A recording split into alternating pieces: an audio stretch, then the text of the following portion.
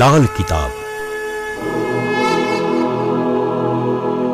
જેના સામાન્ય અને વૈજ્ઞાનિક ઉપાયો તમારા માટે પથદર્શક અવશ્ય બનશે. લાલ કિતાબ બનશે આપની સમસ્યાનો અંત, જેમાં આપના માર્ગદર્શક રહેશે શ્રી હરિવદનભાઈ ચોકસી.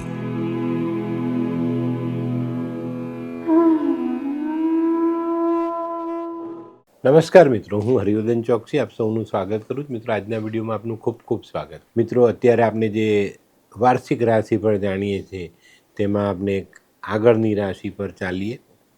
તો આજે છે ને આપણે જાણીએ કે ભાઈ આવનારું વિક્રમ સંવત 2081નું વર્ષ મકર રાશિ માટે શું લઈને આવ્યું છે. તો બધી રાશિની જેમ પહેલાં જાણીએ આપણે ગુરુ, શનિ અને રાહુ આપણને શું ફળ આપવાના.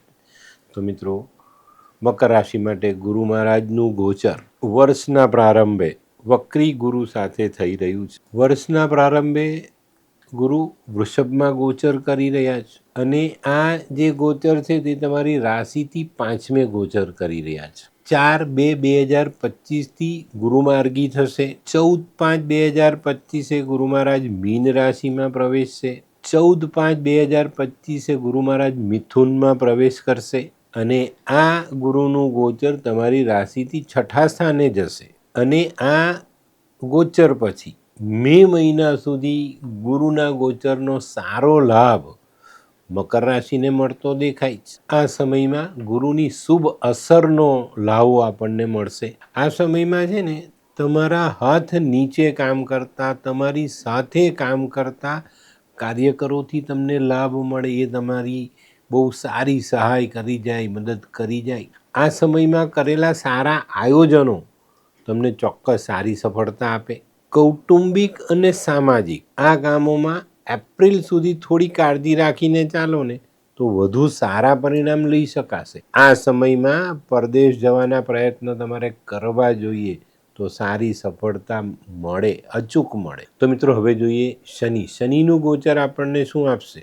શનિ મહારાજ આપણા માટે શું લઈને આવ્યા છે આ વર્ષમાં? મિત્રો, વર્ષની શરૂઆતમાં શનિએ વક્રી ગતિથી કુંભમાં ગોચર કર્યું. અત્યારે 15/11 પછી માર્ગી થઈને ચાલી રહ્યા છે, એનો લાભ આપણને મળી રહ્યો છે. બીજા સ્થાનમાં અત્યારે શનિ મહારાજનું ગોચર મકરથી બીજા સ્થાનમાં ગણાય. 15/11થી જે માર્ગી થયા એનો લાભ મળે. 29/3/2025 શનિ મહારાજ મીનમાં પ્રવેશ કરશે, જે તમારી રાશિથી 3જા સ્થાનના ગોચરમાં શનિ આવશે. શનિની જે 7.5 તમારી ચાલતી હતી તે 29/3/2025 પૂર્ણ થશે. અને આ સમયમાં તમે જે નાની મોટી કસોટી પર જઈડા એમાંથી પાર ઉતરા તો એ જે આત્મવિશ્વાસ તમે કેળવેલો ને તેને જાળવી રાખવાની જરૂરિયાત દેખાય છે. આ સમયમાં પરદેશ રહેતા, તમારાથી દૂર રહેતા તમારા ઘરના વડીલો તમને સહાયક થાય. સ્નેહીજનોથી ખૂબ સારો લાભ મળે. આ સમયમાં લોખંડથી અને મશીનરીથી 2 જગ્યાએથી તમને ફાયદો મળી શકે. અને આ સમયમાં જે માણસો મશીનરીની સાથે કામ કરે, મશીન પર કામ કરે, એ લોકોએ સાવધાન રહેવું પણ જરૂરી. તો મિત્રો, હવે જોઈએ આપણે રાહુ. રાહુ મહારાજ આપણા માટે શું લઈને આવ્યા? વર્ષના પ્રારંભે તો રાહુ મીનમાં છે, જે તમારી રાશિથી 3જા સ્થાને ગોચર કરી રહ્યા છે. 18/5/2025થી રાહુ કુંભમાં પ્રવેશ કરશે, જે તમારા બીજા સ્થાનમાં આવશે. અને આ સમયે જે લોકો કોઈક ઇન્ટરવ્યૂ આપવાના છે, કોઈ સ્પર્ધાત્મક પરીક્ષાઓ આપવાના છે, કેરિયર માટે કોઈક જગ્યા પર તમારે બીજી રીતે કંઈક જોડાવાનું છે, એ બધા માટે આ સમય સારો રહેશે. નોકરી અને છૂટક વેપારવાળા લોકો માટે આ સમય થોડો હળવો સાબિત થાય. જે લાંબા સમયથી ટેન્શનમાં ચાલતા હતા તે લોકોનું ભારણ હળવું થતું દેખાશે. આવક વધે. તો મિત્રો, આવક વધે ને છતાં હું બીજી એક સલાહ આપું કે આવક વધે તો બચત વધારજો, વાપરતા નહીં. બચત છે પણ એને વધારવાનો પ્રયત્ન કરજો, વાપરવાનો પ્રયત્ન નહીં કરજો. જમીન, મકાન, વાહન અને લગતા કોઈ કાર્ય હોય તો તેમાં વિલંબ પડતો દેખાય છે. અને ખાસ કરીને જૂન પછી આવા અવરોધો વધી જાય. આ સમય દરમિયાન તમારે તમારા કૌટુંબિક ભાઈ બહેનો સાથેના સંબંધો મજબૂત કરવા જોઈએ. આ સમયમાં કંઈક નવું આયોજન કરશો અને નવું વાહન તમે ખરીદી શકશો. તો મિત્રો હવે જોઈએ કે ભાઈ આ બધી ગ્રહ ગોચરની અસર આપના માનસિક બળ પર કેવી પડે. આ બધી જે ગ્રહ ગોચરની ચાલ છે એ આ વર્ષે તમને પરેશાન નથી કરતી. માનસિકતા સારી રહેવાની, મજબૂત રહેવાની. કંઈક નાની મોટી ખામી છે તો તેને દૂર કરી શકશો. મનોબળ મજબૂત થતું દેખાય છે. માનસિક અશાંતિ હોય ને, થોડા સાત્વિક વિચાર અને ભક્તિનો માર્ગ થોડો જીવનમાં જોડજો. બહુ જ આનંદ થશે અને સારું પરિણામ પ્રાપ્ત થશે. વેપારની જે કંઈ પણ બાબતો છે ને એમાં થોડું સમજી વિચારીને વડીલોની સલાહ લઈને આગળ ચાલશો તો ફાયદો પણ રહેશે. તો આ વર્ષે માનસિકતામાં મજબૂતાઈ આવતી દેખાય, તેનો લાભ પણ લેવો જોઈએ. સારા કામોમાં, સારા કર્મોમાં આગળ વધવું જોઈએ. તો મિત્રો હવે જોઈએ કે ભાઈ આ બધી બાબતો આપની નાણાકીય પરિસ્થિતિને કેટલી મજબૂત બનાવી જાય. મકર રાશિવાળા માટે આર્થિક બાબતમાં હું કહું ને તો આગળના વર્ષમાં તમે જે મહેનત કરી, જે આયોજનો કર્યા એને મજબૂત કરવાની કોશિશ કરજો. એની પર આગળ વધજો, ચોક્કસ ફાયદો થશે. એક લક્ષ્યને ધ્યાનમાં રાખીને થોડીક તૈયારી સાથે જો આપણે મહેનત કરીએ ને તો એ લક્ષ્યને હાસિલ કરવામાં કોઈ તકલીફ નથી પડતી. તો આ વર્ષમાં બચતનું લક્ષ્ય રાખો, એ ટાર્ગેટ પૂરો કરવાનો પ્રયત્ન કરો, કરી શકશો. બચત વધારી શકશો.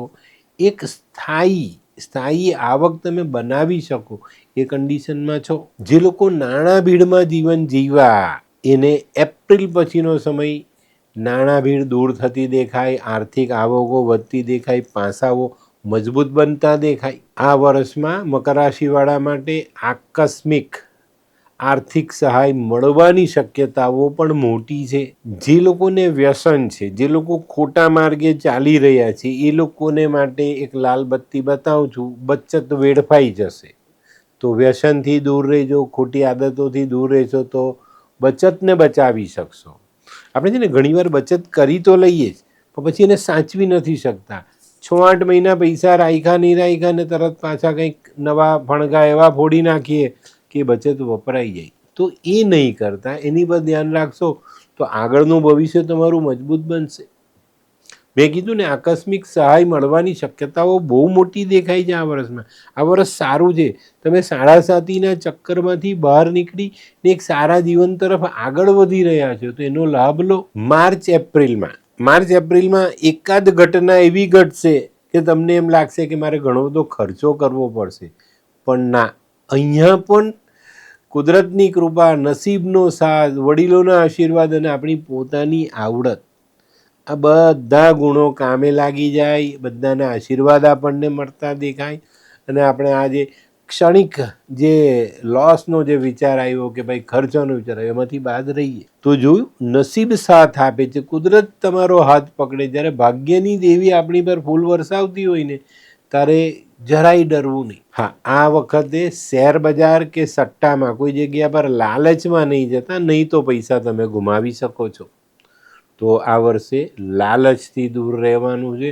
અચાનક રાતોરાત કરોડપતિ થવાય એવા સ્વપ્ન જોવા નહીં. તો મિત્રો હવે જોઈએ આપણે નોકરી કે વેપાર આપણા માટે કેવો રહેશે. આ વર્ષ દરમિયાન નોકરીમાં કે નાના વેપારમાં ખૂબ સારા લાભના સંજોગો તમારા જીવનમાં જોડાય છે. તમારી અગાઉ કરેલી મહેનત અને તમે જે સિસ્ટમેટિક જીવન જીવા છો, જીવનમાં તમારો ડિસિપ્લિનનો જે ગુણ છે એનો લાભ તમને મળી જાય. મિત્રો જીવનમાં શિસ્ત, ડિસિપ્લિન એ બહુ મહત્ત્વની હોય છે અને એ આપણે ઘણી જગ્યા પર બહુ મોટા ફાયદા કરાવે છે. આ વર્ષમાં મોસાળ પક્ષ તરફથી લાભ મળવાની શક્યતાઓ પણ ખરી. આ વર્ષમાં છે ને યોગ્ય માર્ગદર્શન હેઠળ ચાલશો. તમારા શુભેચ્છકો, તમારા વડીલો અથવા તમારા માટે સારું વિચારતા લોકોના માર્ગદર્શનમાં જો જીવનમાં આગળ વધીએ ને તો આપણે ઘણા બધા સારા પરિણામો મકર રાશિવાળા મેળવી શકે છે. હા, જે લોકો ભાગીદારીમાં કામ કરે છે એ લોકોએ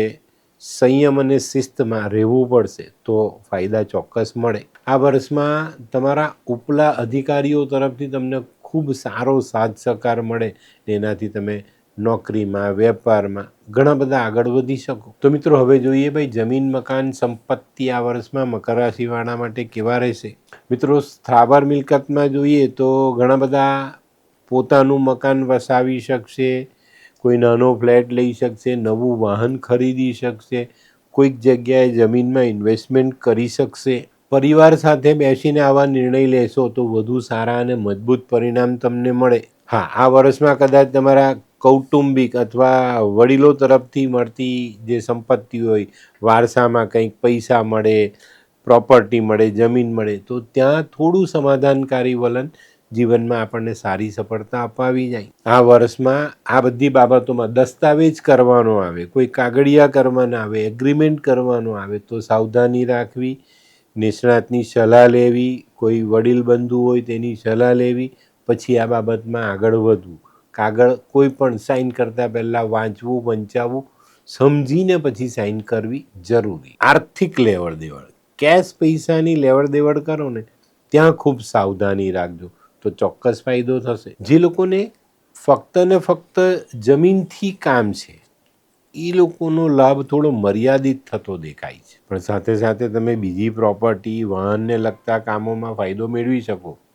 ફક્ત જમીન એ લિમિટેડ આવક આપી જશે. એપ્રિલથી ઓક્ટોબર નવા આયોજન કરવાનો સમય, એમાં સફળતા મેળવવાનો સમય, અને થોડી સાવધાની, થોડો ભાગ્યનો સાથ અને થોડી તમારી સમજદારી અને ધીરજ, આ ગુણોને જોડીને આગળ વધશો તો આ સમયમાં કંઈક સારું નવું કામ કરી શકો અને એનો સારો ફાયદો લઈ શકો. તો મિત્રો, હવે જોઈએ આપણે લગ્ન, સામાજિક અને દાંપત્ય જીવન. આ વર્ષે જે લોકોને લગ્ન કરવા છે ને એને પોતાને મનનું ધારેલું ઈચ્છુક પાત્ર મળી શકે છે. એકંદરે સમય છે ને સામાન્ય છે, સાધારણ છે. તો આવા સમયમાં આ બાબતોમાં જો એ લોકો વિચારે છે એ લોકોએ સમજી વિચારીને આગળ વધવું જોઈએ. આગળના જે અવરોધોનો તમે સામનો કર્યો એમાંથી તમે બહાર આવી શકો છો. અત્યારે સકારાત્મક વલણ રાખીને ચાલવું જોઈએ તો જીવનમાં વધુ ફાયદો મળે. દાંપત્યની બાબતમાં કરીએ તો જીવનસાથી સાથે વફાદાર રહીએ, જીવનસાથી સાથેની જે આપણી બોન્ડિંગની પ્રક્રિયાઓ છે એને ધ્યાનમાં રાખવું જોઈએ. દાંપત્ય જીવન, પતિ પત્ની વચ્ચેના જે સંબંધો છે ને એમાં ગાઢતા હોવી જોઈએ. જ્યાં ગાઢ સંબંધો નથી ને ત્યાં થોડી ડગમગ વાતાવરણની આપણે અસર દેખાય, અને એ નાની નાની બાબતોના ઝઘડા એ જીવનમાં ઘણી વખત મોટું પરિણામ આપી જાય. હકારાત્મક અભિગમ સાથે દાંપત્ય જીવન ચાલવું જોઈએ તો વધુ સારા પરિણામ પ્રાપ્ત થાય. આ સમયમાં પત્નીનું આરોગ્ય નરમ રહે તો આપણે એની કાળજી લેવી પડે, યોગ્ય દવાઓ કરાવવી પડે અને એનો સમયસર ઈલાજ થાય અને સમયસર આરામ મળે એ વ્યવસ્થા તમારી પોતાની જવાબદારીમાં આવશે. સામાજિક જીવનમાં જોઈએ તો સમાજમાં સારી નામના મેળવી શકશો. ઘરમાં કોઈક માંગલિક પ્રસંગ ઉજવી ને સમાજને ભેગો કરી શકશો. બધાની સાથે હળીમળીને આ પ્રસંગનો લાવો લઈ શકશો. તો મિત્રો, હવે જોઈએ કે આ વર્ષમાં દુશ્મનો માટે આપણે કઈ બાબતો ધ્યાનમાં રાખવાની, અને દુશ્મનો થકી કે કોઈ બીજા કારણસર આપણે કોર્ટ કચેરી તો જવાનું નથી ને. મકર રાશિવાળાએ આ વર્ષમાં કાયદાકીય બાબતોમાં ખૂબ સાવધાની રાખવાની છે. મિલકતની ખરીદી કરવાની હોય, વાહનની ખરીદી કરવાની હોય, એમાં ખાસ કરીને જૂના વાહનની તો તકેદારી રાખજો. એનો ભૂતકાળનો ઇતિહાસ જાણીને પછી આગળ ચાલજો તો વાંધો નહીં આવે. જાન્યુઆરીથી એપ્રિલ સુધીમાં કોઈક નવા માણસો સાથે મળવાનું થાય અને આ માણસોની સાથે આપણે સંભાળીને ચાલવું પડે, નહીં તો શત્રુતા ઊભી થાય. આ સમયમાં છે ને આવા નવા માણસો પર વધુ વિશ્વાસ નહીં કેળવવાનું, થોડુંક સંભાળીને રહેવું જરૂરી. આર્થિક બાબતમાં કોઈ નાની મોટી રકમ છે સામાન્ય જે આપણે સહન કરી શકીએ, કદાચ એ ગુમાવીએ તો આવી બધી બાબતોમાં સમાધાનકારી વલણ રાખીને ચાલજો તો એ કેસ લાંબો નહીં ચાલે. ન કોર્ટ કચેરી, ન કોઈ પોલીસ ખાતું, ને આ બધાથી બચીને રહેવાશે. તો મિત્રો, એક નાની સરખી વાત જીવનમાં ઘણીવાર મોટું સ્વરૂપ લઈ લે તો તકલીફમાં આપી જાય, અને કોઈક વખત આપણે નાની સરખી વાતથી મોટા લાભો પણ મેળવી શકીએ. તો આ સમયમાં સમય સૂચકતા બહુ જરૂરી.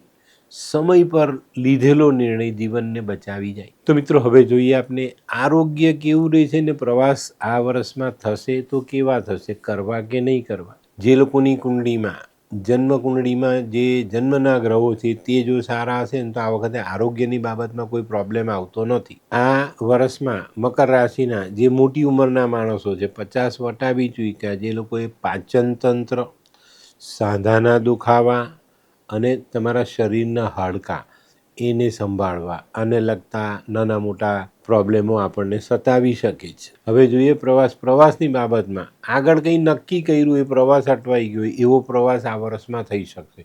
જઈ શકશો, પ્રવાસની મજા માણી શકશો, આનંદ કરીને આવી શકશો. પ્રવાસની બાબતમાં જુલાઈથી સપ્ટેમ્બર આ સમયમાં પ્રવાસ કરો છો તો આરોગ્યની બાબતમાં સાચવજો.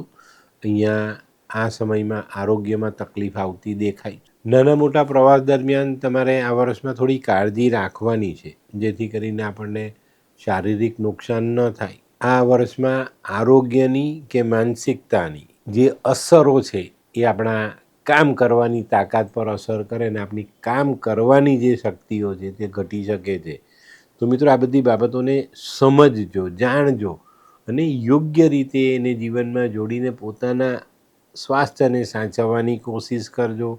પ્રવાસ કરો છો તો એમાં થોડી તકેદારી રાખીને ચાલશો તોય ફાયદો થશે. તો મિત્રો હવે જોઈએ આપણે સંતાન અને સંતાનોનો વિદ્યાભ્યાસ. સંતાનોની બાબતમાં જોઈએ ને તો આ વખતે સંતાન પ્રગતિ કરતા દેખાય છે. ધીમી ગતિએ કરશે પણ પ્રગતિ કરશે. અને પ્રગતિની બાબતમાં જોઈએ ને તો આ વર્ષે સંતાનો તમને સાથ આપશે. એ લોકો મહેનત કરશે અને પોતાના કેરિયરની જવાબદારી સમજીને મહેનત કરીને વિદ્યાભ્યાસમાં આગળ વધશે. સંતાનો પોતાનો સહયોગ પોતે કરી લેશે તો અહીંયા તમારી ચિંતાઓ હળવી થશે. જે લોકો ઉચ્ચ અભ્યાસમાં જોડાયેલા છે, સ્પર્ધાત્મક પરીક્ષામાં મહેનત કરી દે, એ લોકોની મહેનત ઉગી નીકળે, પૂરેપૂરું 100% પરિણામ મળતું દેખાશે. અને આ વર્ષમાં છે ને સંતાનોના અભ્યાસમાં સ્નેહીઓનો સહકાર પણ મળતો દેખાય. જાન્યુઆરીથી એક એવો સમય શરૂ થશે ને એપ્રિલમાં એ પૂરો થશે. મતલબ પરીક્ષાની આગળના 2-3 મહિના અને પરીક્ષાનો અંત, આ જે સમય છે ને એ આ વખતે સંતાનો માટે બહુ જ અગત્યનો રહેવાનો છે. અને સંતાનો એને સમજે પણ છે અને એ સમજણ કેળવીને આ સમયનો સદુપયોગ કરશે અને સારા પરિણામો તમારી સામે લાવીને મૂકશે. તો આ વખતે મકર રાશિવાળા જે સંતાનો છે તેમને અને મકર રાશિના જે વાલી છે એમના સંતાનોને એ લોકોને તકલીફો ઓછી દેખાય છે અને સંતાનો પ્રગતિ કરી જશે. તો મિત્રો હવે જોઈએ કે બહેનો માટે આ વર્ષ કેવું રહેશે. બહેનો માટે આ વર્ષ બીજી બધી બાબતોમાં સરસ રહેશે પણ આરોગ્યની બાબતમાં કંઈક નાની મોટી તકલીફોનો માર પડતો દેખાય. તો આરોગ્યની બાબતમાં ખાવા પીવામાં ધ્યાન રાખજો. સમયસર ખાવું, સમયસર દવા લેવી. ગાયનેક પ્રોબ્લેમ છે તો એનો ઈલાજ યોગ્ય સમયે યોગ્ય રીતે કરજો. યોગ્ય ડાક્ટરની, યોગ્ય ગાયનેકની સલાહ લઈને આગળ ચાલવું જરૂરી. આ સમય દરમિયાન તમારી પર કાર્યબોજ વધતો દેખાશે પણ મેનેજમેન્ટ કરીને ચાલશો તો વાંધો નહીં આવે. બહેનો માટે આ વર્ષમાં આર્થિક અને સામાજિક આ બાબતોમાં યોગ્ય કદર થતી દેખાશે. તો આ એક તમારા માટે એક સબળું પાસું કહેવાય. કેમ કે ઘણા ઘરોમાં એવું હોય છે કે દીકરી ગમે એવી મહેનત કરે પણ એની કદર ન થાય. આ વખતે કદર થશે. જે બહેનો કંઈક નાના મોટા વ્યવસાય કરે છે એ લોકો માટે સમય સારો, એ લોકો માટે આર્થિક પાસું મજબૂત કરવાની તક મળે. જે નોકરી કરે છે એ બહેનો માટે પણ આ વર્ષ સારું રહેશે અને તમારી પોતાની બચત તમે વધારી શકશો. સારા કામ કરીને જીવનમાં આગળ વધી શકશો. માર્ચ, એપ્રિલ, મે, જૂન આ સમયમાં થોડી કાળજી રાખીને ચાલશો તો બચતની બાબતમાં પણ ધ્યાન આપી શકશો અને એને વધારી શકશો. તો બહેનો માટે પણ આ વર્ષ ખરેખર સારું સાબિત થશે.